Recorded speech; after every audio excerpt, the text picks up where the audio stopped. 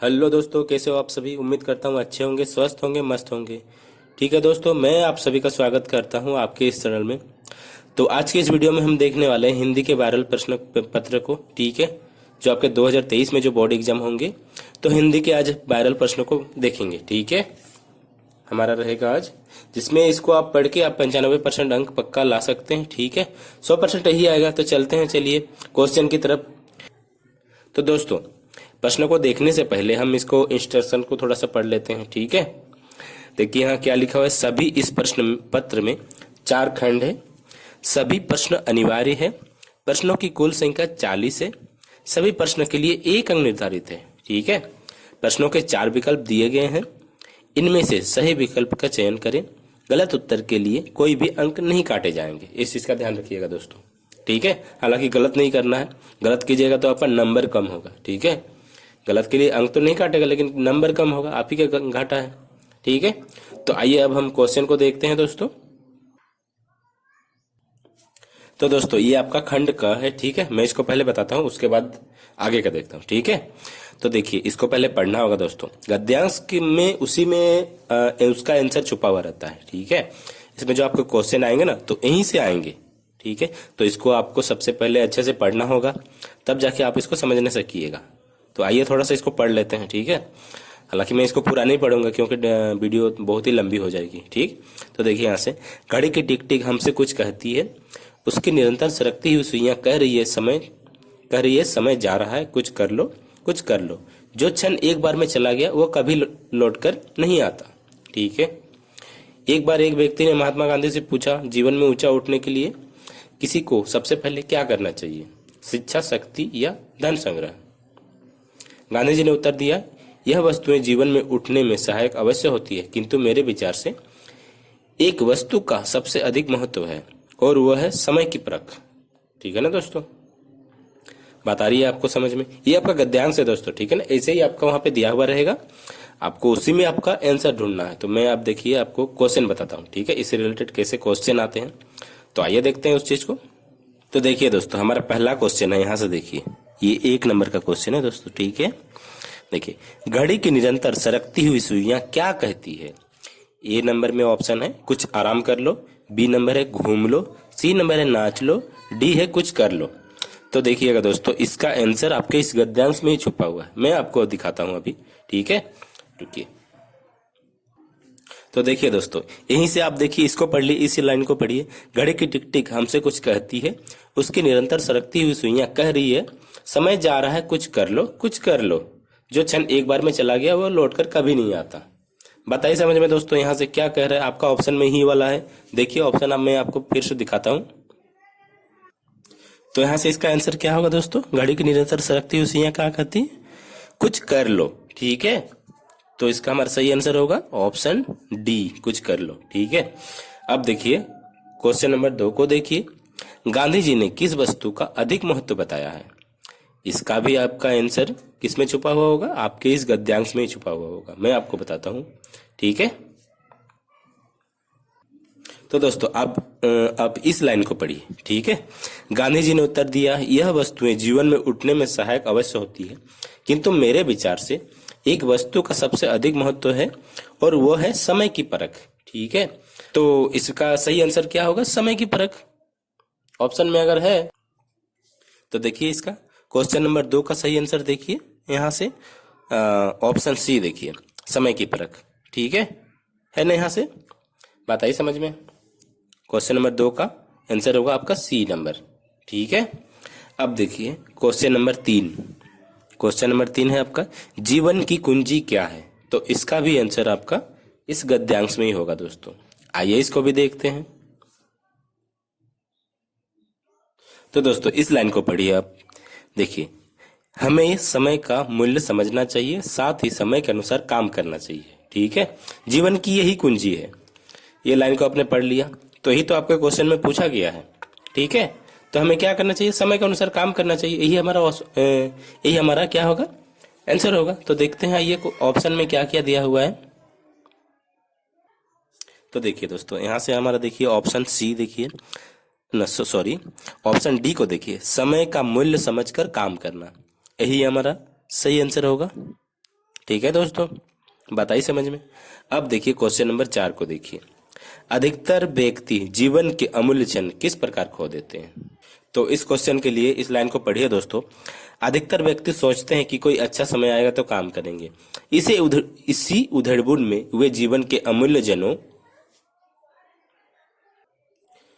को खो देते हैं। ठीक है ना दोस्तों, क्या करते हैं हम उधेड़बुन में हमारे अमूल्य क्षणों को खो देते हैं। ठीक है ना दोस्तों, कि हमें कब क्या चाहिए होता है। वे दिन मासूम जब हम छोटे होते हैं, छोटे से जब बड़े होते जाते हैं तो हमें सक्सेस पाने की इतनी जल्दी ये रहती है, होड़ रहती है। ठीक है, हम काफी उधेड़बुन में रहते हैं। ठीक है, उस चक्कर में हम काफी कुछ खो देते हैं। ठीक है ना दोस्तों, तो क्या होता है, अमूल्य क्षण हम किस प्रकार खो देते हैं? उधेड़बुन में। ऑप्शन इसका ए होगा दोस्तों। ठीक है, अब हम काव्यांश को देखेंगे दोस्तों, तो आइए चलते हैं। हमारा काव्यांश है दोस्तों। कुछ भी बन बस कायर मत बन, ठोकर मार पटक माथा तेरी राह रोकते पाहन। कुछ भी बन बस कायर मत बन, ले देकर जीना क्या जीना, कब तक गम के आंसू पीना। मानवता ने सींचा तुमको, बहा युगों तक खून पसीना। कुछ न करेगा क्या करेगा रे मनुष्य बस कातर क्रंदन। कुछ भी बन बस कायर मत बन, युद्ध मम देही कहे जब पामर, दुहाई पीठ फेर कर। तो यही हमारा काव्यांश है दोस्तों। इसके आप क्वेश्चन को देखेंगे पे और थोड़ा सा है। ठीक है, या तो जीत प्रीति के बल पर, यार तेरा पथ चूमे तरकस। ठीक है, अब देखिए क्वेश्चन को दोस्तों। निम्नलिखित वस्तुनिष्ठ प्रश्नों के सही विकल्प को चुनें। देखिए 5 नंबर क्वेश्चन है आपका, कवि के अनुसार किस प्रकार का जीवन व्यर्थ है? ये आपका इसी काव्यांश का क्वेश्चन है दोस्तों। ठीक है, तो यहाँ पे ऑप्शन देखिए, मेहनत करके जीवन जीना, पसीना लगाकर मेहनत करना, अपने प्रेम के संसार की युद्ध जीतना, कायर मन के चुपचाप रहना। तो इसका आपको समझ में आ रहा होगा दोस्तों, काव्यांश को पढ़ के भी क्या बोल रहा है कि कुछ भी बन बस कायर मत बन। तो इसका आंसर सही होगा दोस्तों ऑप्शन डी। ठीक है, कायर बन के चुपचाप रहना। अब देखिए क्वेश्चन नंबर 6 को देखिए। रे मनुष्य बस कातर क्रंदन का आशय होगा, इसका क्या आशय होगा? तो दोस्तों यहाँ कातर क्रंदन का अर्थ क्या होता है? रोना। ठीक है ना, यानी इसका सही आंसर होगा दुख से रोना। ठीक है, ऑप्शन सी। ठीक है दोस्तों, अब देखिए यहाँ क्या कह रहे हैं, कवि मनुष्य के क्या कहना चाहता है? दुख का रोना रोता रहे, विपरीत परिस्थितियों को देखकर डर जाए, बस चुपचाप अपनी जिंदगी जिए, मनुष्य कायर बनकर ना रहे। तो क्या चाहता है दोस्तों कवि? कि मनुष्य कायर बनकर ना रहे। ये तो साफ साफ यहाँ दिख रहा है, कुछ भी कर बस, कुछ भी बन बस कायर मत बन। तो इसका सही आंसर क्या होगा दोस्तों? क्वेश्चन नंबर यहाँ देखिए 7 का सही आंसर क्या होगा? मनुष्य कायर बनकर ना रहे। ठीक है, ऑप्शन डी। ठीक है दोस्तों, अब देखिए 8 नंबर क्वेश्चन को। पथ चूमे तरकस का क्या अर्थ है? पथ में कांटे, पथ में फूल, पथ में तारे हैं, इनमें से कोई नहीं। तो इसका सही आंसर क्या होगा दोस्तों? तो इसका सही आंसर होगा दोस्तों पथ में कांटे हैं। ठीक है, इस चीज का ध्यान रखिएगा। अब हम देखते हैं खंड ख को। ठीक है, जो आपका व्यवहारिक व्याकरण है उस चीज को देखेंगे। तो आइए चलते हैं। तो आपका देखिए क्वेश्चन नंबर 9, जिस वाक्य में कर्ता क्रिया और कर्म उपस्थित हो वहां कौन सी क्रिया होती है? ए है आपका अकर्मक क्रिया, बी सकर्मक क्रिया, सी प्रेरणार्थक क्रिया, डी सार्थक क्रिया। क्वेश्चन नंबर 9 को देखिए दोस्तों। तो इसका सही आंसर क्या होगा दोस्तों? सकर्मक क्रिया। ठीक है, ऑप्शन बी। ठीक है दोस्तों, अब देखिए क्वेश्चन नंबर 10 को देखिए। कौन सा वाक्य अकर्मक क्रिया का उदाहरण है? तो दोस्तों हम अकर्मक क्रिया किसे कहते हैं? तो अकर्मक क्रिया हम उसे कहते हैं जिन क्रियाओं में कर्म का फल कर्ता पर ही सीमित रहे, उसे हम अकर्मक क्रिया कहते हैं। ठीक है ना दोस्तों, जैसे आपका यहाँ पे है देखिए, इसमें है बंदर नाचता है। ठीक है, तो इसका इसमें क्या हो रहा है? कर्ता पर ही इसका फल पड़ रहा है। ठीक है, तो इसलिए इसका सही आंसर होगा बंदर नाचता है। ठीक है दोस्तों, तो अब 11 नंबर क्वेश्चन को देखिए दोस्तों। मैंने संदेश भिजवाया, क्रिया के भेद का नाम बताइए। ठीक है, अकर्मक क्रिया, सकर्मक क्रिया, द्विकर्मक क्रिया, प्रेरणार्थक क्रिया। तो इसका सही आंसर होगा दोस्तों प्रेरणार्थक क्रिया। ठीक है, वो संदेश भिजवा रहा है, प्रेरणा किसी से प्रेरणा होके मतलब ये कर रहा, भेज रहा है, ठीक है। तो इसका क्या होगा, प्रेरणार्थक क्रिया। अब क्वेश्चन नंबर 12 को देखिए। दादी बच्चों को कहानी सुनाती है, इनमें से क्रियापद कौन है? है तो इसका सही आंसर क्या होगा दोस्तों? तो क्रियापद यानी काम क्या हो रहा है, तो काम हो रहा है सुनाती है, ठीक है। क्या सुनाती है? कहानी सुनाती है। तो क्या कर क्या रही है? सुना रही है, ठीक है। इसलिए यहाँ पे क्रियापद क्या हो रहा है, सुनाती है, ठीक है। अब देखिए, पिताजी के द्वारा अखबार पढ़ा गया, वाक्य का कौन सा भेद है? तो इसको आगे देखते हैं, इसका ऑप्शन। तो इसका ऑप्शन है दोस्तों, कर्तृवाच्य, कर्मवाच्य, भाववाच्य, इनमें से कोई नहीं। तो इसका सही आंसर क्या होगा?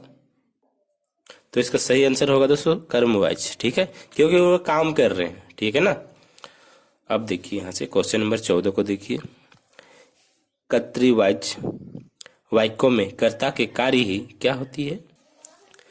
प्रधानता, ठीक है, क्योंकि इसमें कार्य की ही प्रधानता होती है, तभी तो ये कर्तृवाच्य है, यानी इसको कहते हैं, ठीक।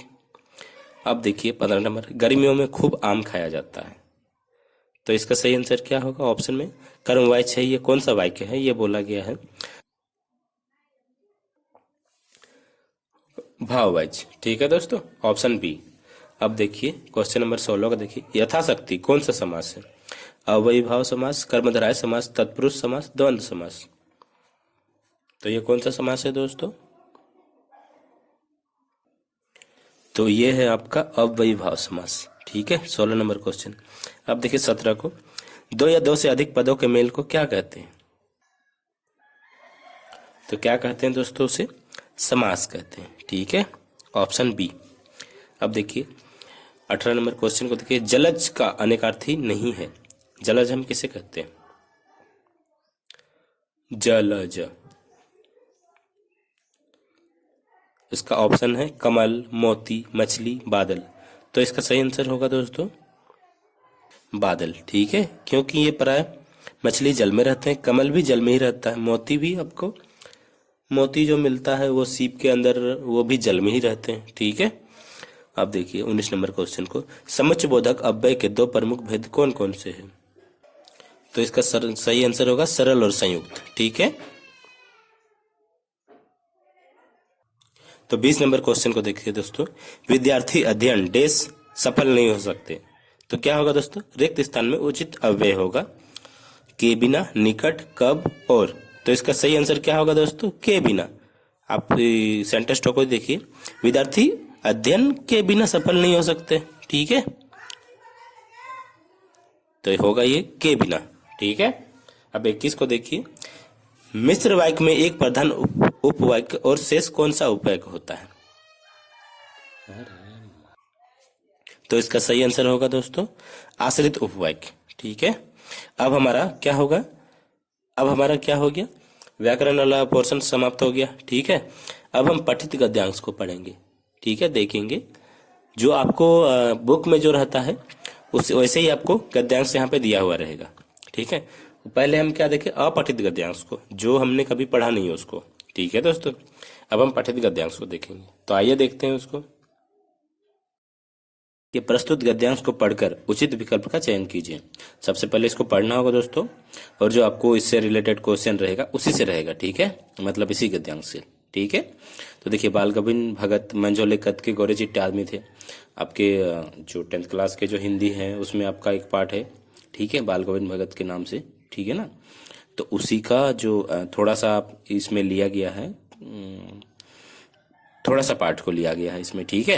इससे रिलेटेड क्वेश्चन को देखिए दोस्तों। बाल गोविंद भगत का कद कैसा था? तो यहाँ से देखिए, यहाँ से बाल गोविंद भगत मंझोले कद के गोरे चिट्टे आदमी थे, तो क्या होगा? यहाँ से मंझोला होगा, ठीक है दोस्तों। तो ऑप्शन बी इसका राइट आंसर होगा। अब हम देखते हैं 23 नंबर को। हमारा 23 नंबर क्वेश्चन है, देखिए।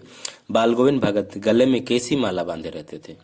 तो इसका भी आंसर आपका गद्यांश में हो। तो यहाँ से पीके की तरह, औरतों के पीके की तरह शुरू होता गले में तुलसी की जड़ों की एक बेड और माला बांधे रहते।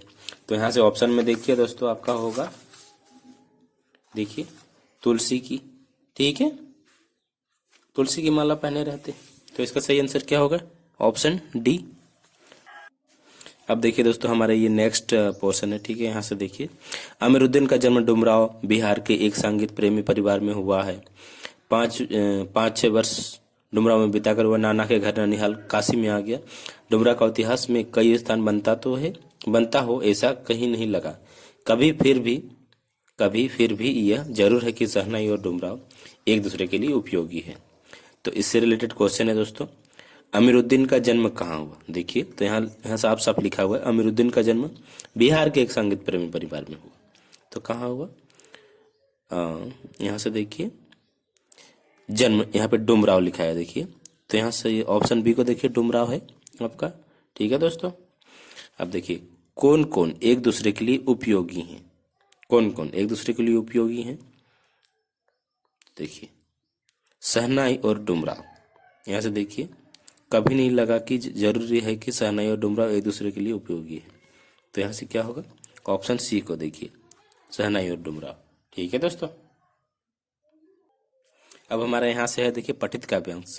प्रस्तुत काव्यांश को पढ़कर सही उत्तर का चयन करें। यहाँ से देखिए, तुम्हारी यह दंतुरित मुस्कान धन्य, तुम माँ भी तुम्हारी धन्य, चिर पवित्र प्रवासी मैं इतर मैं अन्य, अतिथि से प्रिय तुम्हारा क्या रहा संपर्क, अंगुलियां माँ की कराती रही मधुपर्क। तो देखिए दोस्तों, यहाँ से क्वेश्चन है, प्रस्तुत काव्यांश के कवि कौन है? कौन है? आपके नागार्जुन है, ठीक है दोस्तों। तुम्हारी यह दंतुरित मुस्कान नहीं है तो मृतक में भी डाल देगी जान, ये वाला आपने काव्य को पढ़ा होगा, ठीक है, आपके पार्ट में है, ठीक है दोस्तों। अब देखिए, यहाँ से 27 नंबर क्वेश्चन को देखिए, दंतुरित का क्या अर्थ है? ये है आपका बिना दांत के, लंबे लंबे दांत, टेढ़े मेढ़े दांत, नए नए दांत। तो इसका सही आंसर होगा दोस्तों नए नए दांत, ठीक है, ऑप्शन डी, ठीक है दोस्तों। अब यहाँ से देखिए, बालकू बोली बधो नाही तो ही, तो उपरोक्त काव्य की पंक्ति के रचयिता कवि का क्या नाम है? तो दोस्तों, इसमें आपका ऑप्शन है तुलसीदास, कबीरदास, सूरदास और देव। होगा दोस्तों ए, तुलसीदास, ठीक है। तो देखिए, उपरोक्त पंक्तियों में कौन सा अलंकार है? यमक, अनुप्रास, लेस, इनमें से कोई नहीं। ये अलंकार को पूछ रहा है दोस्तों। तो इसका सही आंसर होगा अनुप्रास अलंकार, ठीक है दोस्तों। अब हम खंड ग को देखते हैं, घ, जो आपको पाठ्यपुस्तक से रिलेटेड होगा, ठीक है। ये भी आपका पाठ्यपुस्तक से ही है, ठीक है ना दोस्तों। तो यहां से देखिए, निम्नलिखित प्रश्नों के सही विकल्प का चयन करें। 30 नंबर क्वेश्चन को देखिए, कृष्ण का संदेश सुनकर गोपियों की स्थिति कैसी होगी? यहाँ से देखिए, ऑप्शन है आपका मिलन की आस जगी, विरह की आग जगी, खुशी की आस जगी, प्रेम की आस जगी। तो इसका सही आंसर क्या होगा दोस्तों? तो उसमें विरह की आग जगी, ठीक है। तो 31 नंबर क्वेश्चन को देखिए, उत्साह कविता किन अर्थों और इशारा करती है? ठीक है, जीवन के संघार और विध्वंस की ओर, ललित कल्पना, क्रांति चेतना और सात नवनिर्माण नव संचार की ओर। तो इसका सही आंसर क्या होगा दोस्तों? यहाँ से देखिए डी ऑप्शन तक है, यहाँ से ए से डी। तो इसका सही आंसर क्या होगा? तो इसका सही आंसर होगा ऑप्शन बी, ठीक है, ललित कल्पना, क्रांति चेतना के साथ नवनिर्माण नव संचार की ओर, ठीक है। अब देखिए 32 नंबर क्वेश्चन को, आवाज कैसी थी? ठीक है, तो इसका सही आंसर होगा चट्टान जैसी भारी, ठीक है, ऑप्शन बी। अब देखिए 33 नंबर क्वेश्चन को देखिए, धुंधला प्रकाश किसका प्रतीक है? कम रोशनी, अंधेरा, अस्पष्ट सुख, अशांति। तो इसका सही आंसर क्या होगा? 33 का सी नंबर होगा दोस्तों, ठीक है, अस्पष्ट सुख। अब देखिए 34, मृग तृष्णा का क्या अर्थ है? मृग की प्यास, मृग की दौड़, छलावा, दिखावा। तो इसका सही आंसर होगा छलावा, ठीक है, ऑप्शन सी। अब देखिए 35 को, पाठ माता का आंचल में मधुर ये शब्द किसके लिए प्रयोग किया? किसने किसके लिए प्रयोग किया? ठीक है, लेखक ने अपने पिता के लिए, लेखक की माता ने लेखक के पिता के लिए, लेखक की माता ने लेखक के लिए, इनमें से किसी के लिए नहीं, ठीक है। तो इसका सही आंसर क्या होगा?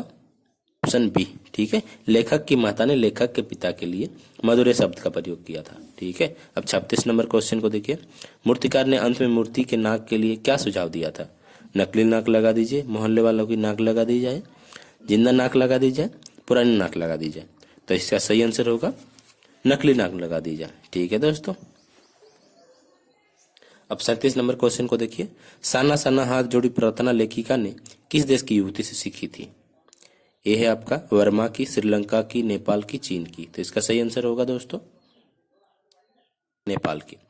अब 38 नंबर क्वेश्चन को देखिए। कैप्टन कौन था? अवकाश प्राप्त सैनिक, आजाद हिंद फौज का सिपाही, चश्मा बेचने वाला। तो कैप्टन कौन था दोस्तों? तो यहां से होगा चश्मा बेचने वाला। ठीक है दोस्तों। अब देखिए 39 नंबर क्वेश्चन को। लेखक ने खीरा खाने से क्यों इनकार कर दिया था? तो इसका सही आंसर होगा दोस्तों यहाँ से ऑप्शन बी को देखिए, आत्मसम्मान की रक्षा के लिए। ठीक है, घमंडी होने के कारण ये नहीं होगा, और खाने की इच्छा नहीं थी। खाने की इच्छा तो थी, लेकिन उनका आत्मसम्मान वहां जा रहा था, इस वजह से उन्होंने खाने को इनकार कर दिया था। अब 40 नंबर क्वेश्चन को देखिए। फादर कामिल बुल के हिंदी को किस रूप में देखना चाहते थे?